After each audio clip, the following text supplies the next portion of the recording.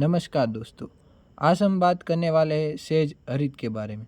हरित was also one of the main 6 disciples of Punarvasu Atre, whose time is decade 1000 BC, contemporary of Agnivesh. He composed Harip Samhita by collecting the teaching received from Punarvasu Atre. According to Sahilot, Harit was universal physician and knower of Ayurveda. Chakrapani, Jejat, Dalhan, etc. told Harit opinion. According to the description in Chandogya Upanishad, Harit was the pioneer of the tradition of Ayurveda.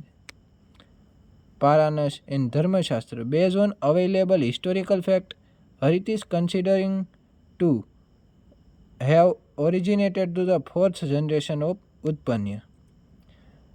The famous popular texts Harit are Harit Samhita, Harit Dharmashastra, Chikitsa Shastra, Sharandhar, etc.